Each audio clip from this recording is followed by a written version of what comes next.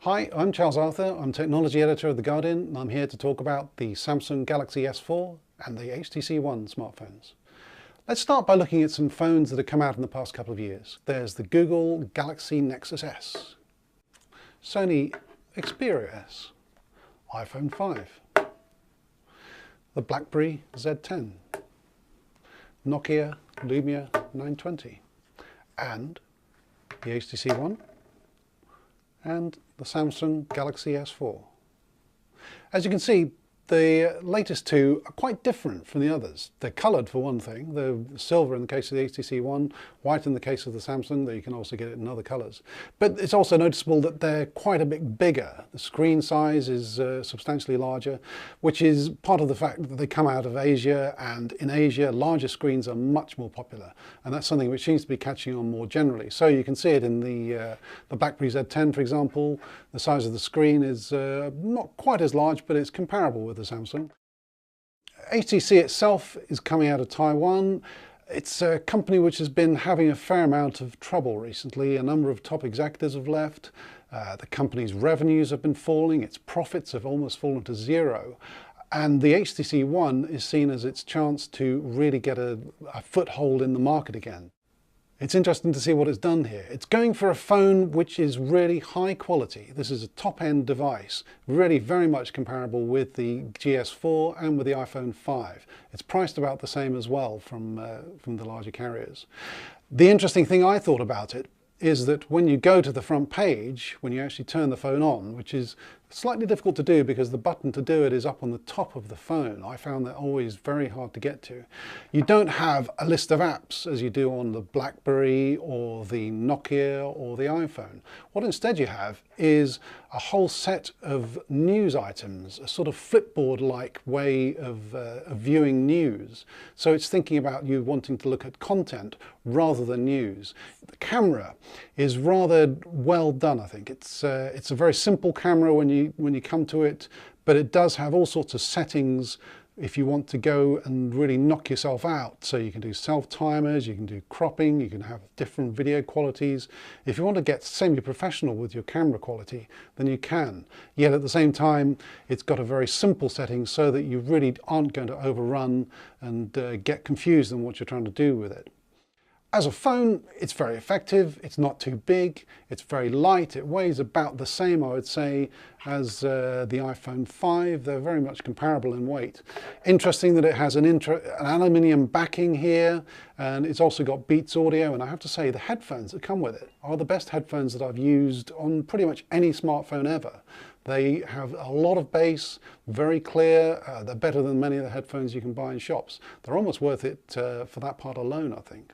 And it's a beautifully made piece of kit. No complaints at all about the build quality and the sound quality from the speakers. It's also got built-in speakers at the top and the bottom, which you can use if you want to be annoying to everyone else in the train carriage and play your music out loud. Again, the quality there is very good. Moving on to the Samsung Galaxy S4, this is the phone which Samsung is looking to sell millions and millions of. It says that it's already shipped 10 million of them in the first month. HTC says it's shipped about 5 million in the past couple of months or so since the launch. And what I found interesting about this phone is that it's a phone which reminds me of a science fiction story that I read when I was a child. It was written by Larry Niven, and it was about discovering an alien artifact which had so many different settings that the people who were using it couldn't work out what the basic setting was for it. So one of the things that you find when you look at this is that it has loads and loads of different settings which you can turn on and turn off. It has things like air gesture, which means you can wave your hand over it and move the screen. It has eye scrolling, so that if you move your eyes up and down when you're looking at it, the screen will follow you. There are so many different choices that it becomes overpowering, and you find yourself turning it off. Samsung is packing so much in that you can easily get lost in the phone.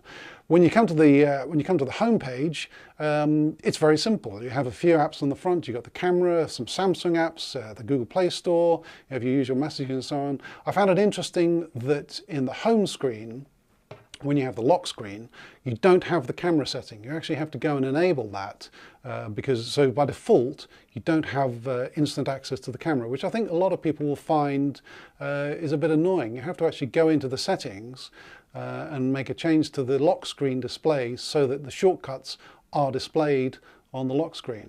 That to me seems like a bit of a mistake. One good thing about it in terms of the design, and something Samsung has had over HTC pretty much forever in my opinion, is that you can turn the phone on or off with a button at the side rather than at the top with the HTC One.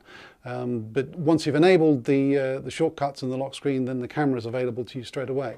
But here again is a difference between HTC and Samsung. You have the camera, which looks as though it's pretty simple, but then if you go into the mode setting, you have a ream of different modes. You have automatic, you have what's called beauty face, you have the eraser one, you have animated, you have rich tone, you have so many that it becomes hard to know which you actually want. There's one called best photo. Well, what is it? It's a sort of burst shoot which will let you choose the best photograph from it. But would you choose between best photo or beauty face, or would you actually want to have eraser? You might find that each one is appropriate for the same scene, and the difficulty there is choosing between them. You get into a position where you have so much choice, it's hard actually to make a choice because there are multiple opportunities. And I think that that's, again, the area where Samsung is throwing so many things in that it can almost be overwhelming for the user.